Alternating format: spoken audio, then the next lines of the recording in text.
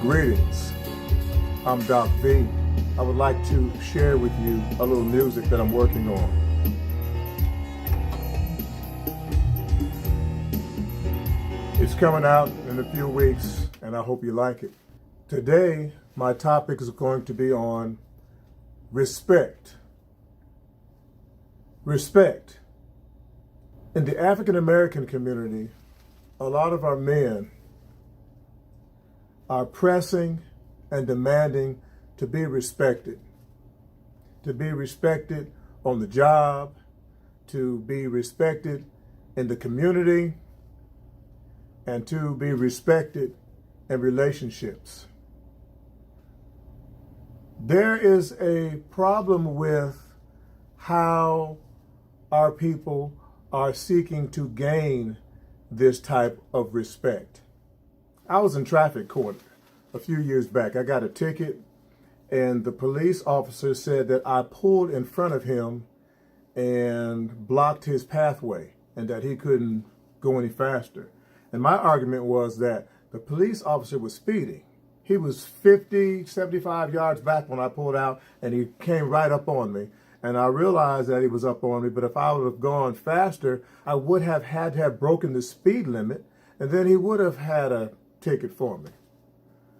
I felt that I was in a catch-22 situation. You block him, you get a ticket. You speed to get away from him, you get a ticket. I wanted to argue that. I was not going for that, so I went to traffic court. When I got to court, I'm waiting for the judge to come out. The judge comes out, and two young black men came out. They were shackled. Their wrists were chained together and their ankles were shackled together.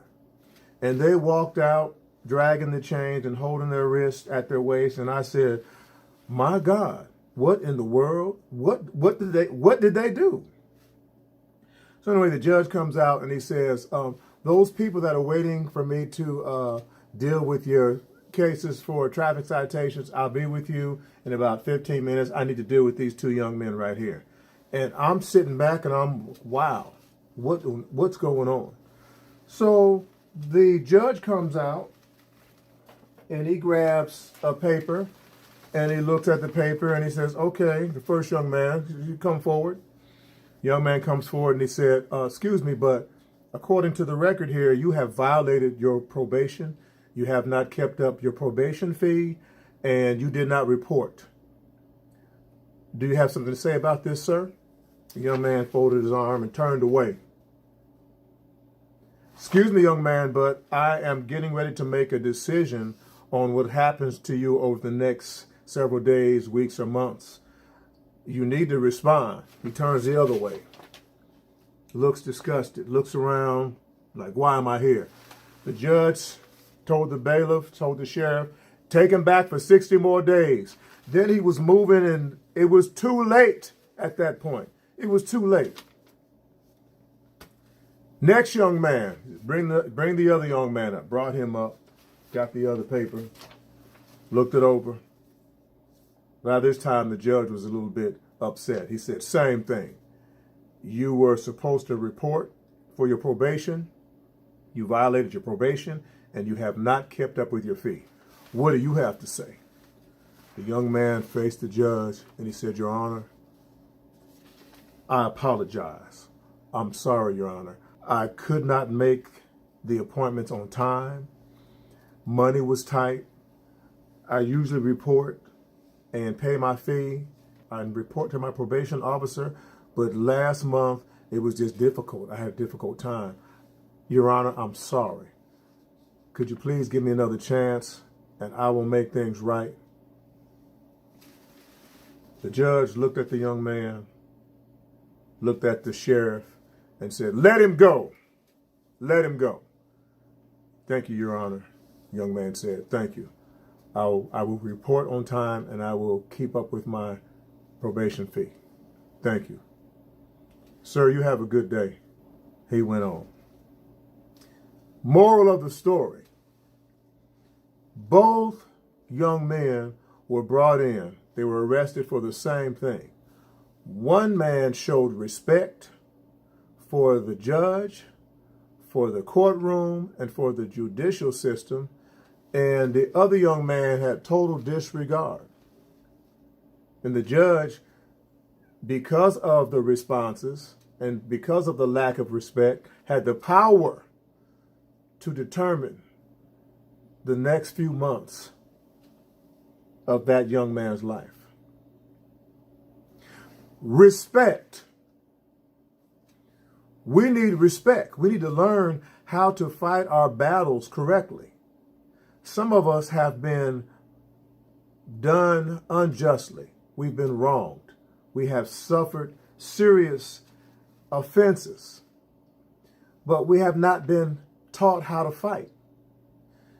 Even if you've been done wrong, you don't take a baseball bat and crash through someone's picture window and get to swinging and knocking things around because you were done wrong.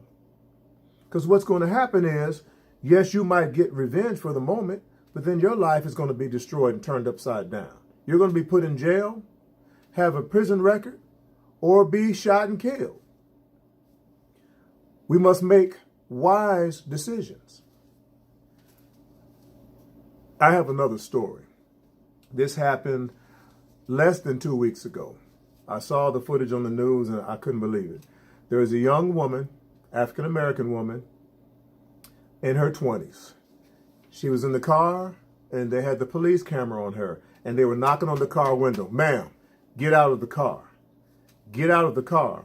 And the woman saying, why? Why do I need to get out of the car? They said, ma'am, the manager of the store said that you were shoplifting and you need to get out of the car. But I wasn't shoplifting. I wasn't. She had rolled the window down a little bit. She said, I'm innocent. I didn't do it.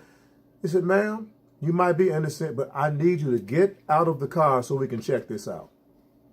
She's like, I'm not getting out of the car. By that time, another policeman got out of the car and walked in front of the car and said, ma'am, get out of the car.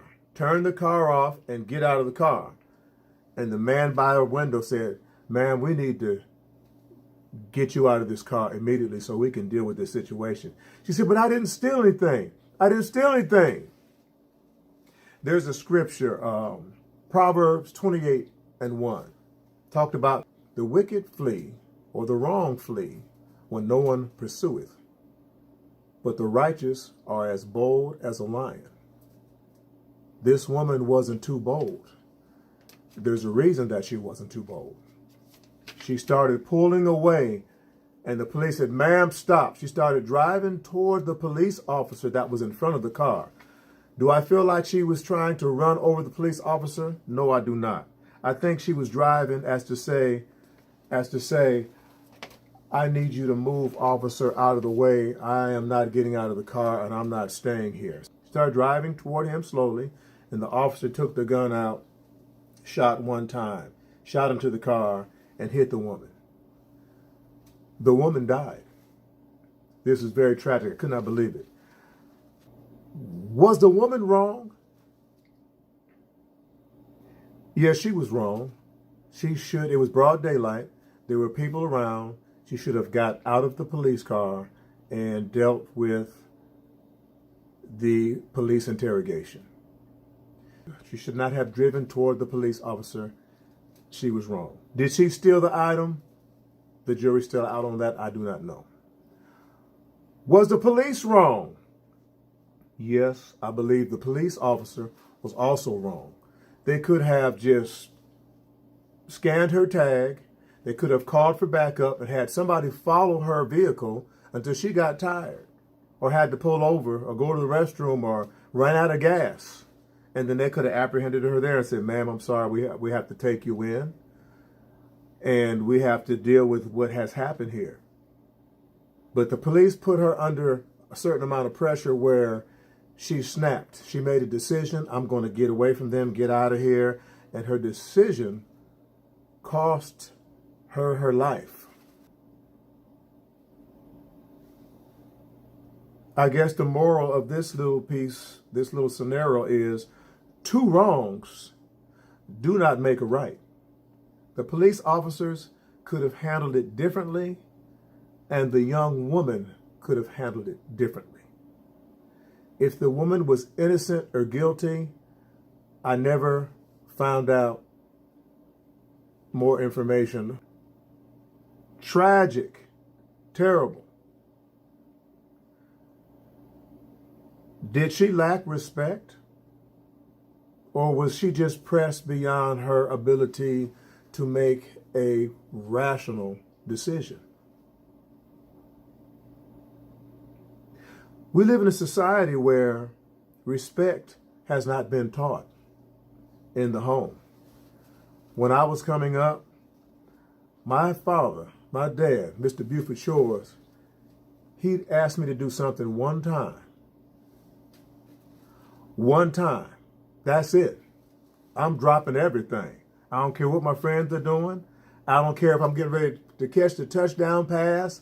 I don't care if I'm getting ready to triple jump in checkers and win the game. When my dad said, Vaughn, boom, I'd come there and I'd be hovering 2 feet off the ground. The dad said, okay, land. Then I land. Yes, sir. Yes, I'm exaggerating a little bit, but you get the message. I was teaching a class. This was about 4 or 5 years ago. And a new student was enrolled in my class. And this was a tall young man. He's about 6'3". I'm 6 foot. He's about 6'3", skinny. And he's walking around the classroom. I said, sir, young man, could you please sit down so I can teach the class? Everyone else is sitting down and they're listening to instructions. You're walking around the classroom. The young man looked at me and he said, don't you talk to me like that. I'm a grown man. I'm 17, about to be 18 in 2 months. You better talk to me like you got some sense. I said, young man, sit down in your seat. The young man walked up to me and he said, you know, if you didn't have that badge on your neck, there'd be something else happening right now. I'd be whooping that blankety blank. And I looked at him right in the eye and I said, either sit down or get to beating or get to whooping.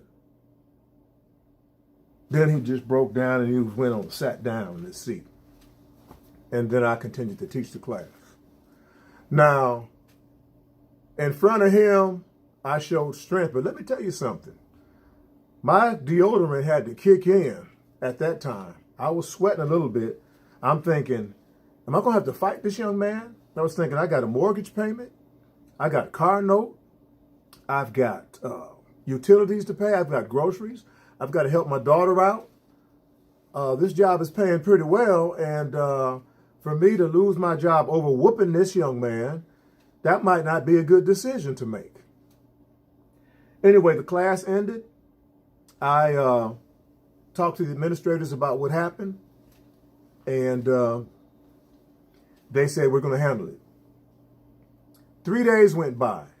I had not seen the young man back in my class again. And I inquired. I went to the administrator after school and I said, the young man, we had the altercation and I haven't seen him in the classroom. What is going on? I was told that the young man was arrested. And I was also told that his older brother is already in jail for shooting the bus driver. I said, oh my God. So, in summary, what was communicated to me was, if the young man was still coming to class, I was going to have some more things to deal with. It could have been a bad situation. I mean, if the young boys have weapons and they're shooting bus drivers, he does not like the way I'm talking with him or addressing him, then we might have been looking at another situation. Where did the lack of respect originate from? I believe it's what happens in the home. When I was raised up, the elders of the church, the mothers and the brothers and the sisters in the church, your teachers, and especially your parents, demanded a certain amount of respect, and you provided that respect to them, or you dealt with the consequences. My dad set it up early. He whooped some tail early. He established himself early. I can remember one time we stayed out real late, Friday night, me and my brothers and sisters. We came in and then we started watching Big Chuck and Houlihan, which were the MCs for like the late night scary movies and crazy stuff that came on TV. So we didn't get to bed Friday night till like 2, 3 o'clock in the morning. My dad got off work and he saw us sleeping and he said, "Do y'all really think," my dad said, "do y'all really think I'm going to work my tail off for 10 hours a night and y'all going to eat up all the food, drink up all the milk, tear up all the Captain Crunch cereal, eat all the chicken wings, and just going to sit there and lay down there? Y'all almost as big as me and sitting down, laying down there, and that I'm just going to work and take care of y'all and y'all not going to do anything? Turn that TV off. Vaughn, you go and mow the grass. Kathy, you clean the kitchen. Vincent, you pick all this junk up. Brian, you clean the bathrooms. I'm going upstairs and I'm going to lay down and I'm going to get up in 3 hours. When I get up in 3 hours, it all better be done. The TV better not be on. You better be sitting here. It better be done. If it's not done, oh my God. Dad went upstairs. Boom. Boom. My dad was 6'3", 220 pounds. I took after my mother. Sorry. Love you, Mom. But I wanted some of Dad's side. But anyway. I got to getting the grass together. My sister was cleaning the kitchen. My brother was doing the bathroom. Everybody, we knew what to do. We were trained well. We knew what to do. We sat down. 3 hours later, we sat down on the couch. Did not turn that TV on. We left the TV off. All of a sudden, we heard the door upstairs squeak. Squeak. Dad started coming down. Boom. Boom. Coming down the hallway. Boom. Boom. Boom. Came, looked in the yard, walked out on the little deck. Looked in the yard, walked into the kitchen, looked at the kitchen sink, looked at the dishes, looked at the floor, walked into the bathroom. At that particular house, we had 2 bathrooms. Walked into the bathroom, then the one in the basement, looked it over. And my baby brother Vincent at the time looked and make sure everything was picked up and everything. And we was just sitting there like, and all of a sudden Dad gave the nod. Okay. And he went back up to bed. And a couple of us went back to sleep and a couple of us turned the TV on and we were like, whew, I can't wait till I turn 17, 18 and get out of here. But that's another story. But we were taught respect. We were taught honor. We were taught our place. We were given love and we were taken care of. But the respect that was demanded from our household, it was exemplified. The respect that was demanded, it was shown. It was demonstrated because that's how I was raised. That respect went with me onto my job, onto my position as a sales representative, my position as a teacher. Even if I did not agree with how the supervisor was handling things, I knew to speak with him or her in the proper manner. Respect. Teach your children respect. Demand respect from your peers and co-workers, but show that respect back. And it goes a long way. I don't show my studio area that much, but this is it. This is where I come and try to make it happen. And I'm working on a new song. The name of it might be Respect. And this is some more of the music that I'd like you to hear.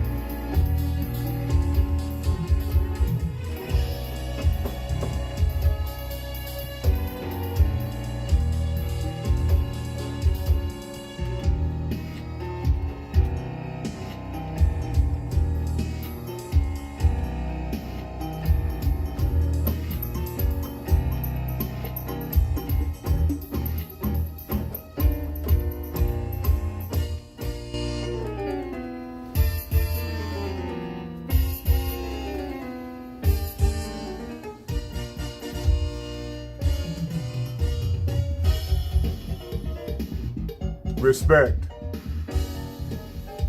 Respect. I'm Doc V. And I'll see you next time.